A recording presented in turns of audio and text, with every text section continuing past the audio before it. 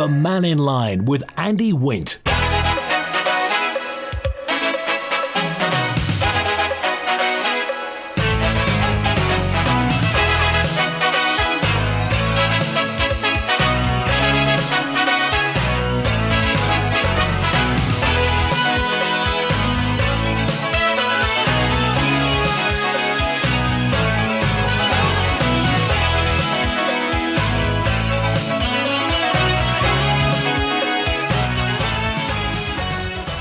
Faster Mike, good afternoon. Oh, there we are. Faster Mike, good afternoon. We're on Mannin Line today, call 66 13 68. It's an open line through till 1 o'clock today, so whatever's on your mind. And certainly this common travel area thing has been exercising people's thoughts from Thursday, 23rd of April, that being, a week on Thursday. People travelling to the Isle of Man for visits of up to 6 months and who don't hold a valid visa will require an ETA, an electronic travel authorisation. Now, it's linked to the passport. An ETA is £20, lasts up to 2 years. Who gets the money from this, I wonder? There's been a requirement for travel to the UK from outside the common travel area since the 25th of February. The Isle of Man scheme mirrors that of the UK. What's the point of them? The Treasury has responsibility for immigration and, this is going to be absolute fun on a stick, isn't it, as we go into TT. £20 if you're outside the common travel. The common travel area, by the way, is the UK, Ireland, Guernsey, Jersey and the Isle of Man. So anybody from outside there is going to have to shell out £20. In fact, every person is going to have to shell out £20. Wow. Right, let's get to the phones, whatever's on your mind. Andrew's first with us today. Hi, Andrew. Hi there. Good day to you, Andy, listeners. Here's something which maybe somebody else can come on and verify. But very first thing this morning, I was passed a message from a colleague who'd just been advised by a regular bus driver that on Wednesday the drivers will vote to accept what has been offered. They have been advised to accept by Unite UK and Unite IOM. So I'll leave that hanging there, and maybe somebody can come on and say, is this so? Right. And just on the ETA, that's not why I was calling, but also the fact that there are persons living here who have indefinite leave to remain status, which is just by a paper letter. Yeah. And this is not in the gigantic Schengen computer system, so that when you come to travel back, as somebody very close to me I know did recently from Romania, at the Wizz Air gate was refused boarding on the plane. Why? She shouldn't have to have an ETA because she has indefinite leave to remain. Right. And she was virtually being bullied and forced to get an ETA. And she did stand her ground and say, no, I've got indefinite leave to remain. And they had to get some supervisor to come. And she was then the last person to board whilst they did something manually to let her board. I was going to say, it's not. How close was this lady to being bounced off the plane, Andrew? Very close. She was the last person to board, and everything was there ready to go until they got somebody. They managed to do a fix, shall we say, right, in the computer, because she was standing her ground, and she showed them the paper indefinite leave to remain letter. But I mean, it could be typed up by anybody, that, to be honest. It's nothing that's digital computerized, right, from the system here into the EU Schengen computer. Well, that's a and lot. So government here needs to sort it out. Andrew, there's a lot of people on the Isle of Man who, as you say, have got indefinite leave to stay here. The biggest ethnic minority, I think, is South Africans. So a lot of South Africans who may be coming back to the Isle of Man will have problems in the future if this is the case. Well, if you're forced to get an ETA, the immigration office here cannot answer what would happen if you're forced at some foreign airport to get an ETA. If you come here it's supposedly for 6 months. What happens after 6 months? Is some computer going to force somebody to come and knock on your door and arrest you for overstaying? Or if you travel away again and then want to come back, is the computer going to say, no, you overstayed last time, you're not now allowed in because you've got an ETA when you didn't in fact need one? So is it Chris Thomas? I think it's Chris Thomas. Please, Chris, can you do something about this? This is a matter of concern. Do something before the next election. Okay. Thanks very much. All right. Thanks for calling Cheers, today. Andy. Good to hear from you. Thanks, Andrew. Text, email, call and WhatsApp this whole thing regarding the ETA, this electronic travel authorisation. Again, it's one of these things, for the vast majority of people, it's not that much of an issue. But for quite a number of people, it's a big problem. A big problem. Julian's on with us now. Hi, Julian. Hi, Andy. The sun's out. What a lovely day. Yeah, but you've got a good view up there. Well, I've got a good view of the computer screens. Oh, right, okay. Yeah. This ETA thing, it's kind of interesting, that, isn't it? I think before they implement these things, they should make sure that everything's integrated. It makes sense, wouldn't it? A very interesting perspective programme yesterday. You had a couple of members of Garth commissioners and a couple of Garth residents. I also noticed the petition against Moor Vannin has passed 5,500 votes, so it's getting pretty big, that, isn't it, Andy? Well, I listened to that programme, as you probably did, with great interest, just to hear what people had to say. And the most interesting point of course, is politicians not being allowed to talk about it. Yeah. And also, speaking of kind of not talking about it, the local authorities weren't invited to attend Orsted's consultation meetings, which is a bit odd when you think about it. Phil Gorn, by the way, when he started the programme, he said that Moor Vannin wind turbines would be 80 stories high. I think they'll be around 110 stories high. So that's 10 stories higher than the Shard in London, or 140 feet taller than the Eiffel Tower, and there's going to be 87 of them. 350 metres is gigantic. It's absolutely enormous. I mean, when you're thinking, that's a significantly taller than the Shard, and 87 of them, of course. Phil also said that many people think renewables are a good idea. Now, in my experience, I haven't seen any evidence of this either at the Moor Vannin Garth meeting that happened a while ago, public statements at the MEMA hearings that I attended, and if you go with the Caervai onshore wind facility, meetings at Arbury Parish Hall, Russian Primary School, or the Caervai road shows, everyone was against it. So I'd love to know who these people are that think it's a great idea. Well, presumably the people who don't bother turning up, the people who are for it, just probably think, well, it's going to happen anyway, so I don't need to show up. Well, Moor Vannin did an online consultation, and that indicated that 75% of respondents are against Moor Vannin. So again, there's another one. I don't know. Tell me, how tall do you say these the Ørsted wind turbines are going to be? How tall are they? 1,200 feet. So they're just coming up on the highest point of the mountain road high. Right. So if, let's say, for example, you're just coming over the crest, going towards Ramsey, going down towards the Mountain Mile, they're going to be eye level with you. It's pretty high. Well, that's, I think, if memory serves me correctly, Snaefell is, 2,000 feet tall? So that's about half as big as Snaefell. Well, yeah, 1,200 to 2,400, so it's significantly more than halfway up Snaefell. Also, one of the commissioners mentioned something that is interesting. To get 360-degree visibility of the navigation lights, they have to have 3 of them pointing about 120 degrees to, the nacelle and the blades can block the lights, and that's for aviation. So you're going to have 261 blinking red lights against our dark skies. What's interesting is we haven't heard anything from the astronomy community. You would have thought, as we trumpet dark skies in a big way, and dark skies is big for our tourism, astronomy tourism. There aren't many places in around that do have the dark skies that we have.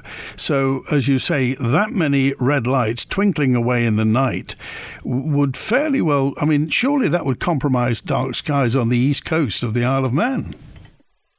Yeah, and if you think the Caervai one at Erie Staine, they're going to start off at 900 feet above sea level to start with, and they're going to be over 650 feet high. So I'd imagine that Foxdale will be able to see those navigation lights as well, looking towards the west and the southwest. Yeah. But the thing is, Julian, it's fairly well established now. I mean, there are thousands of wind farms right around the world. They're being built all the time now. So it's just one of the... I mean, I would imagine years ago, some people didn't like the Laxey Wheel being built because it spoilt the Laxey Valley. They probably didn't like the Foxdale mines when they were sunk because it ruined the landscape up there. This is an industrial... It's an industrial operation that's going to be off our coast, isn't it? But, I mean, it's interesting you mentioned Laxey Wheel, because if you were to stack 17 of them on top of each other and then put 87 of those stacked loads of them out to sea, that's what you're going to see. So, this is 17 Laxey Wheels stacked on top of each other, and there's 87 of them. You imagine what that looks like. It's unprecedented because, of course, these things are usually well over the horizon, like Dogger Bank or these things, and these things are going to be close. Well, I think really that's close. The key. That this is what 6 miles, or is 6 or 8 miles offshore? They're going to be. Yeah, in that region, because it will have to be within the 12 miles. So, but the specification on the scoping report saying from 6 miles out. So, but I don't think people realise how big these things. I mean, 6 times the sweep of the ones that you see going on the boat, twice as tall. I mean, that's big. Imagine what that's going to look like. I mean, I don't know. And of course, as somebody mentioned in that programme yesterday, once that's in, there's nothing stopping them going for Peel or off Langness. Will end up be surrounded with the blooming things once they've got their foot in the door. Well, I mean, that may or may not be the case. I mean, purely it's on the east coast of the Isle of Man because that's closest to get the electricity back to Preston or wherever it's going. So, I mean, sticking one on the west coast of the Isle of Man, there's anywhere near to get. They'd have to run a cable right round the Isle of Man or send it over to Northern Ireland to do that, wouldn't they?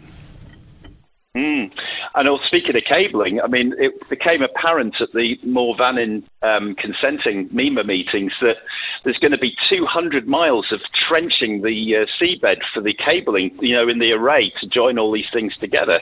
That's going to do some damage to all the fishing grounds and everything. It's just, can you imagine 200 miles of cabling? It's just... And then you've got 17 shipping routes to go through there. And apparently, Stena admitted that Ørsted has approached them for some sort of financial arrangement, but no approach to the steam packet, which is interesting as well. Where did you hear about the Stena thing? At the meeting, at the Mannin consenting meeting. There was, Yeah. Well, I don't speak for Ørsted, and I can't say this is for them, but I would imagine, I don't want to paraphrase, that if you want the executive summary, you can't bake an omelette without breaking eggs.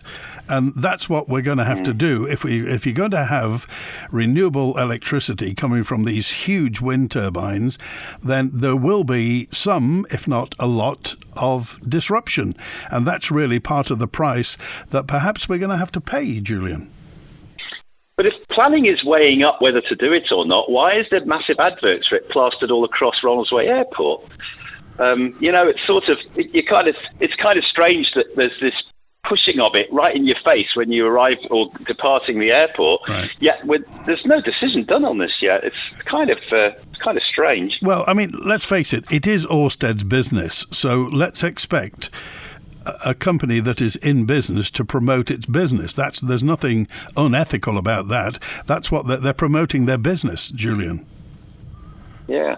I mean, just a final point also, which I find at the Mannin meetings, you had 12 people brought in, experts, including 2 lawyers, but there didn't seem to be any kind of legal representation on the other side with DEFRA and the DOI. And also, it was mentioned on the programme yesterday that some MHKs have written back to some of the residents and said it would have been great if you told me all these issues before the planning application went in.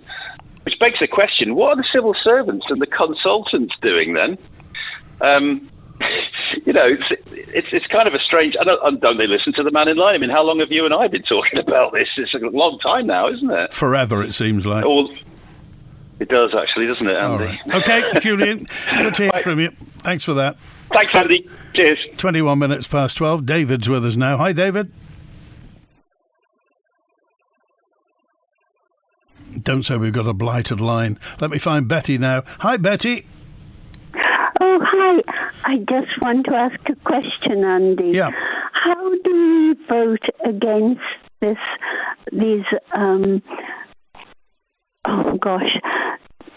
the wind farms? How do we vote against them? Well, you can't vote against them. I mean, it's going to a planning process, and then. Apparently, 5,000 people have said that they were against them. So how can I say? Oh well, they've signed a petition. Presumably, there's an online petition going on. So well, that's what I wanted to know. Right. Is the one online? Okay. And is it a government petition?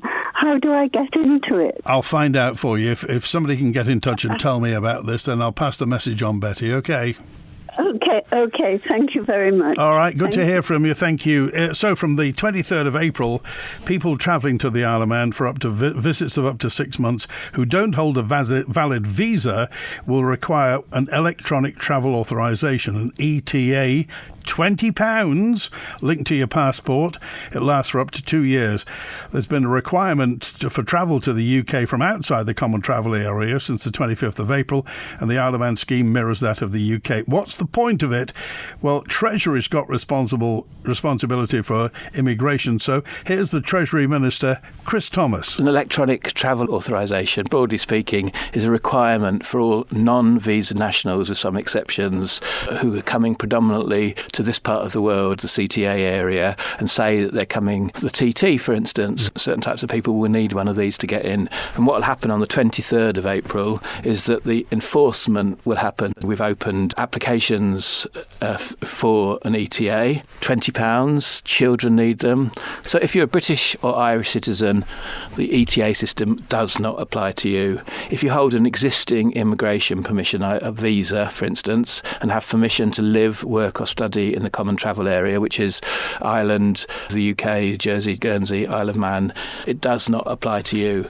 If you're travelling between the Isle of Man, UK, Jersey and Guernsey, it does not apply to you. It only applies for individuals of certain nationalities, which a full list can be found online on the very helpful webpage that the Treasury immigration people have put together, giving you permission to travel. It's not a visa, it's not a substitute for getting a visa. You've got to have the right to permission place, but it's a necessary instrument to give you permission to travel.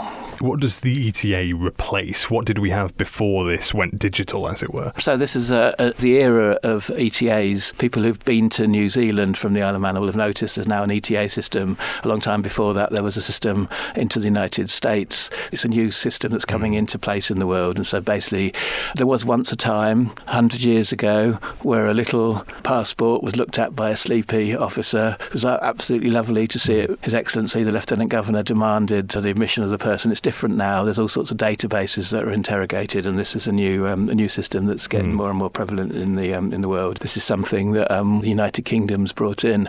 It's a United Kingdom system. The United Kingdom are administering it for us, but as part of the common travel area, Jersey, Guernsey and the Isle of Man have to join in the system, and it's a good thing. Well, there we are. That's £20. Sounds nothing if you say it quickly, doesn't it? 6 weeks today, TT starts. Bank holiday Monday 25th of May, 6 weeks today, TT starts. Can you imagine what's going to happen if people coming from outside the common travel area don't know this? Our overseas visitors will have to shell out an extra £20. What are they going to think about this? Is it a tourist tax or something? I know we can say it's the UK's fault, but, well... blimey. It's 6 weeks today, TT starts. Bank holiday Monday, 25th of May. 3 weeks today, it's the early May bank holiday, and the schools will go back a week today. And we've found David. Hi, David. Hi, Andy. Can you hear me, mate? Loud and clear. Lovely. I want to talk about pensions if I can. Yep. It's just because we've had a number of civil servants coming on lately and a couple of committees that had some senior civil servants talking about the future of pensions and the future of benefits and so forth. And just to lay to people down, and when Chris Thomas is on next time, maybe you could ask him is, the ordinary pension for people in the Isle of Man is a benefit under the Social Security Act. There's no pension fund that government runs around like there is for private pension people. It's like a pot that runs around, and local authorities is private as well. So that's well taken care of as I know, because I'm in the local authority pension fund as well, better than the government one. But I just wanted to put out there to people, it is a benefit. So what are our politicians and senior people actually doing to, I know it's going to be like 2044 or whatever, but what are we doing to protect the pot or the benefit we got? Do we just increase it? Well, that's interesting you say that, because they said last week, the guy from the Treasury, didn't he, the civil servant, said it's going to run out in the 2040s. But nobody said, in the meantime, we're going to do X, Y, and Z. Yeah, it's not the end of the world, and that's the way to look at it. Because people keep asking people over an older age or whatever, are we worrying them too much at the end of the day? There's always going to be, life is going to be always in the Isle of Man. There's always going to be people living on the Isle of Man. The population may increase, and hopefully we're going to have some turbines somewhere to give us electricity. And by the way, my panels are doing 80%, or the battery's 80% full, and I'm producing 3.5 kilowatts. Okay, all right. All right, we need his brother, John Wanningberg, on from Manx Utilities to tell us how are they treating people who are putting panels on the roof, and when government are doing it, are they getting any extra treatment? Interesting. Because at the end of the day, they're going to produce electricity. Okay, it's going back into the power station. But what about the benefit of us? Who's paying for this stuff to be put on? It's the taxpayers, isn't it? It's not their money. Okay, all right. Good to hear from you today. Thanks for that. Right. Cheers now. It's 28 minutes past 12. Charity of the Week, brought to you by Kell Properties. Isle of Pride is an LGBTQ+ charity supporting the island's diverse queer community. We're planning events and training sessions soon and need more volunteers. The charity is managed entirely by volunteers, relying on donations and grants. To get involved or learn more, find us on Facebook or email isleofprideiom@gmail.com. This advert is brought to you by Kell Properties. TE Cubban provide new memorial stones, grave renovations, new inscriptions and fire hearths. Visit us at Hope Street, Castletown, or at Broadway, Douglas, or call 844 440. TE Cubban, here when you need us. At Ramsey Garden Centre, enjoy exclusive savings and get inspiration for your home or garden. And as stock arrives every week, drop in or follow our Facebook page. Grow smarter, greener, season after season with Ramsey Garden Centre. The Public Accounts Committee heard from the Treasury Minister and some of his officers last week. During a lengthy session, topics included the structural deficit in government's budget, the sustainability of ever-increasing health spending, government pay, and the triple lock pension guarantee. Listen to some of the highlights of that session on Agenda this evening at 5:30pm on Manx Radio with me, Phil Gaughan. The Treasury Minister was talking a tough talk on getting public finances under control, but will we see the talk turn into real action? The Mannin Line with Andy Wint. Bonzo's on now. Hi, Bonzo. Hello there, yes, listening to Julian and his various comments on the Perspective programme yesterday. He was asking, who are these people who think renewable energy is a good idea? Strangely enough, one of them is no offshore turbines for Isle of Man. I read from your piece on your website, the news section. No offshore turbines for Isle of Man has gained more than 5,000 signatures on a petition against Alsted's Mannin project, which is currently subject to an examination process before being considered by Council of Ministers later this year. The group stresses it's not against renewable energy and recognises the need to move away from fossil fuel, but believes the 87 turbine development is the wrong option for the island. So I think for Julian to make such assertions is, I'll be kind and say misunderstanding. Okay. There are plenty of people who approve of renewable energy on the island. David Quirk seems to be one of them, seeing as he's generating 3 kilowatts and saving on his electricity bill. So, yes, that's kind of filtering the argument to the way that you would like it to be portrayed. Well, it's his opinion, isn't it? Yes, but it's whether you display it as the fact or not. Anyway, going back to the actuality of Moor Vannin and its planning application. Yes, they are putting forward the idea of 380 metre.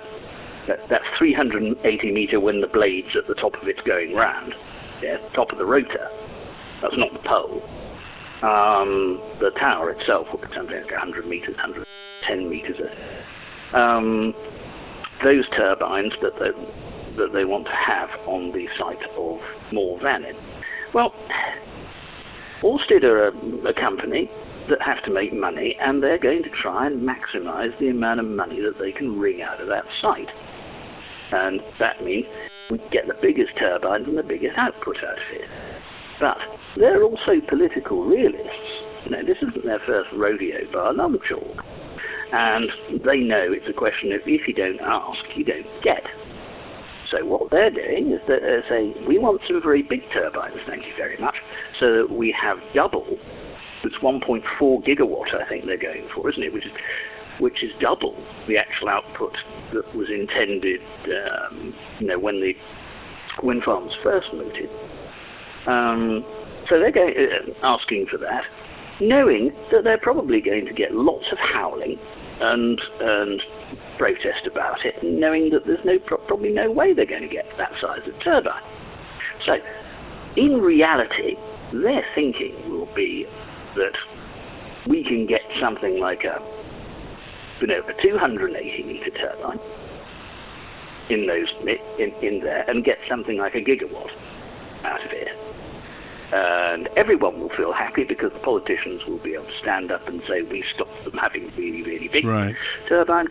And Ørsted will say, good, well, actually, we've got an economic unit that's still producing enough money enough output for us to make money.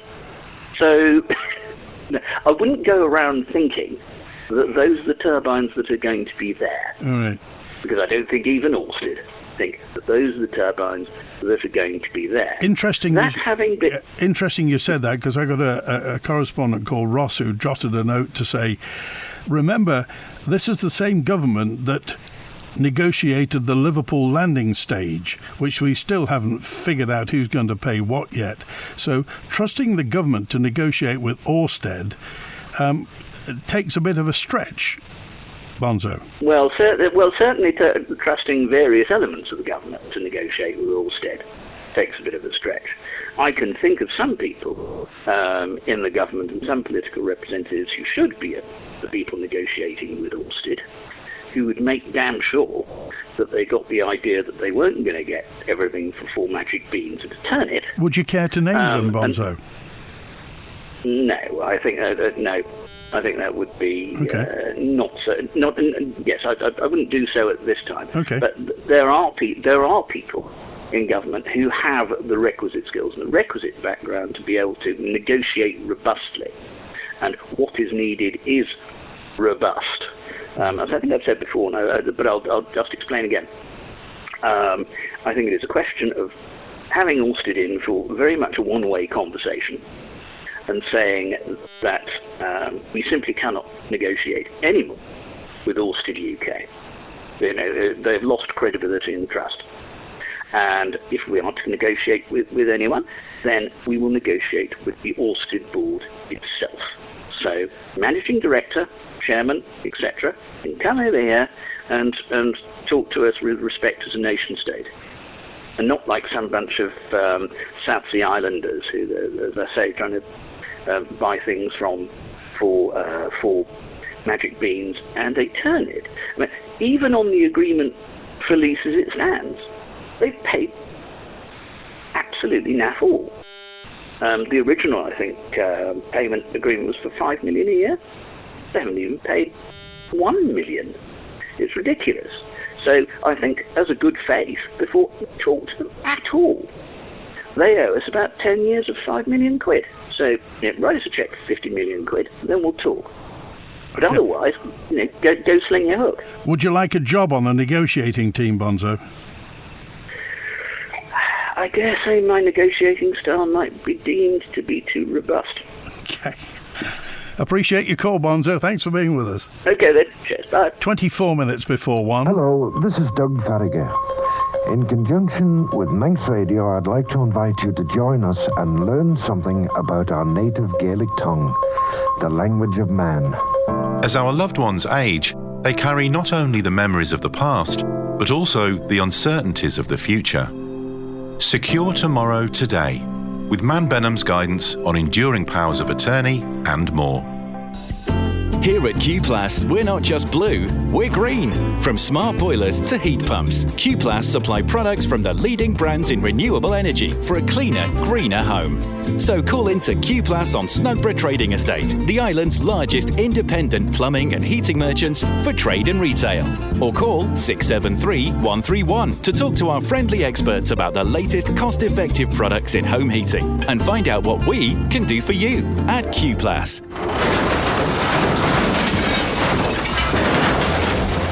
Scrap metal coming out of your ears?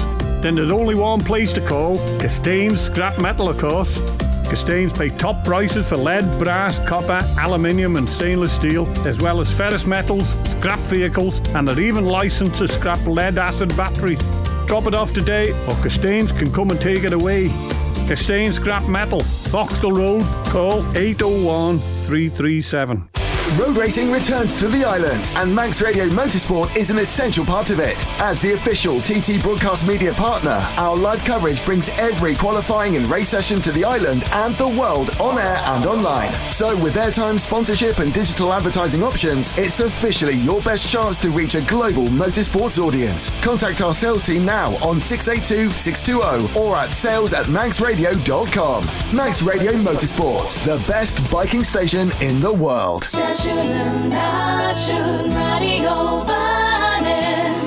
Gilg J as Gilg Nera. Avashan Rish. A Gilg, the Manx Gaelic. Ginian Amera, the mother tongue of Elian Vannin, the Isle of Man. Avashan Rish. You can catch up with more of Manx Radio's Manx language programmes in the weekly podcast Abershen Rish. Say that again. Avashan Rish. Shene, that's the one. The Mannin Line with Andy Wint. 22 minutes before 1. Frank's with us now. Hi, Frank. Hi, Andy. How are you going, mate? Very well, thanks. Yeah, what's on your mind? Right, it's just, I want an answer from government. There's a buzz going around, and it's come from a very good place, that they're flying in at night time. These people that are coming across to England in small boats. And I believe the government are flying these people in at night, and we're getting a selection of them. And it's also very notable, particularly in Douglas. And I'm not talking about working people, I'm on about young people. And it seems to be an awful lot of them have suddenly appeared very quickly. And I want the government to answer, is it true that they're flying them in at night time?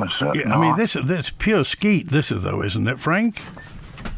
Well, it's come from the airport where it's happening, so I don't know. All right. That's why I want an answer from government. I'm not against any colour, race or anything. I'm not a racist. I don't mind who they are, but I want to know if they're doing it without us knowing, and they've been like this for a long time. They're quite well known for doing things like this. All right. Without you know. All right. Well, we'll put the question, Frank, and if anybody associated with the airport can tell us if they're running nighttime flights, bringing UK migrants. Not heard that.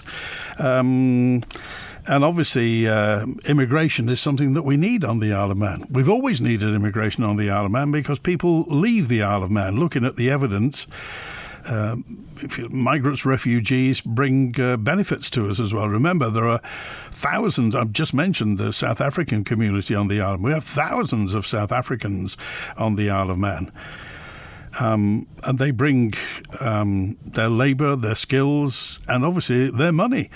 Now, according to the UK Office for National Statistics and Home Office Analysis, people granted refugee status often move into employment over time, contributing through, obviously, tax, national insurance and spending in the local economy. But we do have labour shortages on the Isle of Man.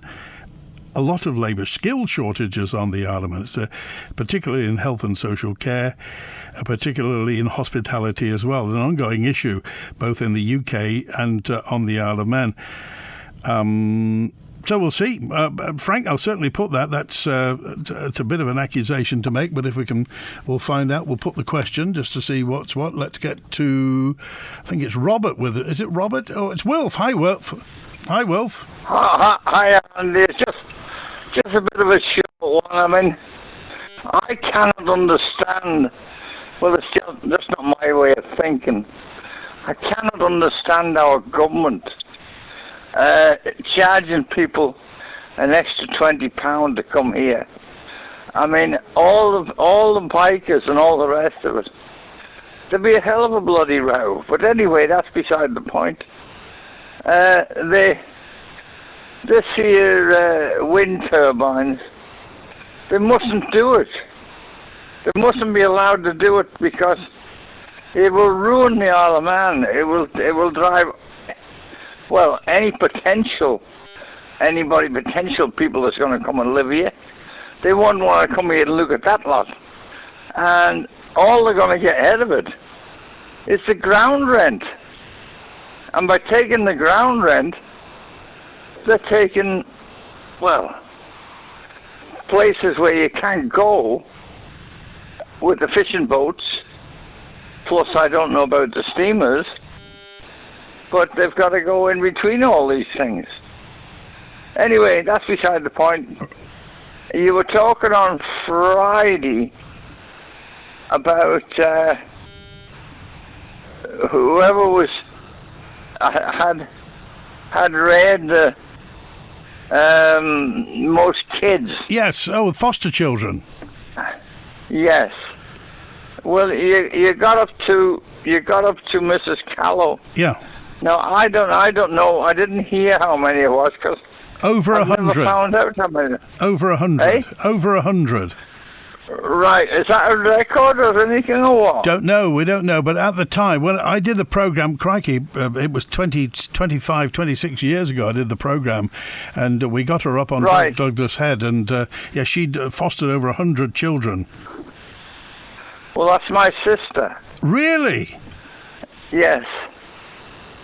And she got an MBE for that. That's right. Yes. From the Queen. So that's about all, Andy. It's just I just can't take it in. I can't take it. Well, all my life I've been surrounded by stupidity, and it's still happening. And especially in the government. So I'm sorry about it, but there it is. All right. Before you go then, Wilf, just tell us, what kind of woman was your sister? Hard woman, big woman, and a very good feeder. Okay. They were all well fed, but none of them got fat, except one son she had. He got fat, but none of the kids that was fostered, they never got fat, and a few of them died now.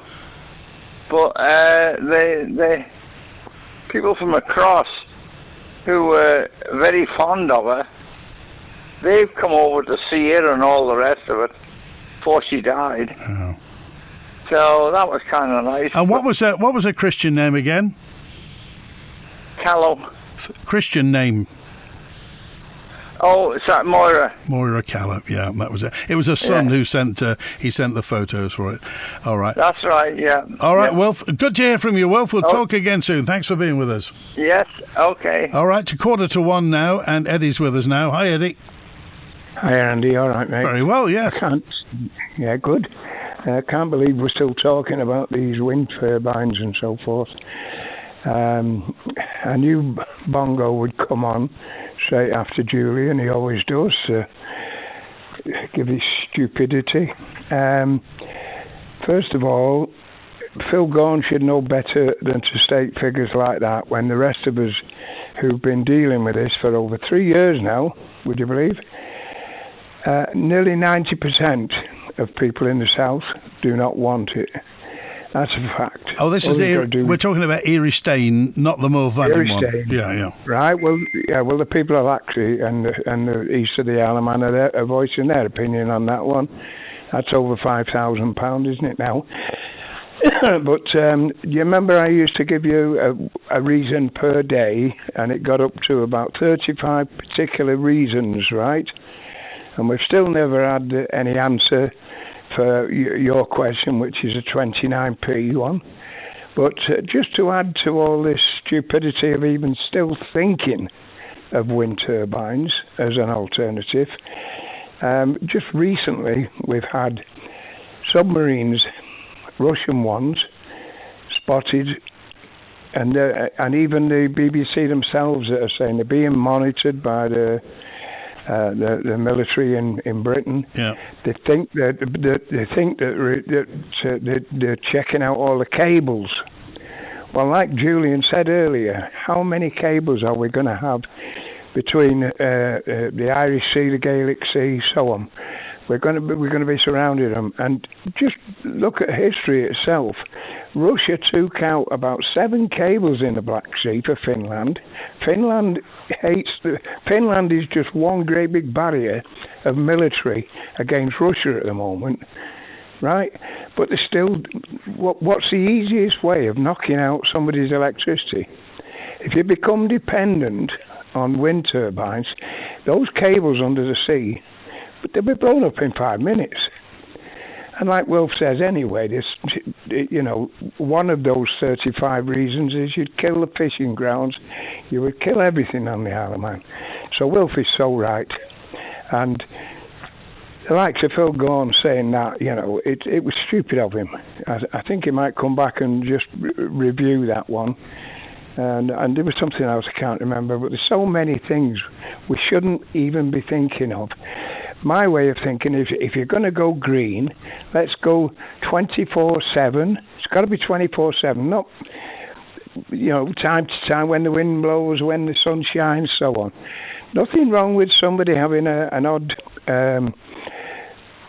thing on top of the roof to cut down their electricity bills and that. There's nothing wrong with that, but I remember a while back you had somebody talking about covering Solby Dam with them. Did somebody come on and say that? Well, it was a proposal. I don't think they were going to cover it. They were just going to send out floating solar panels. Yeah, did you ever...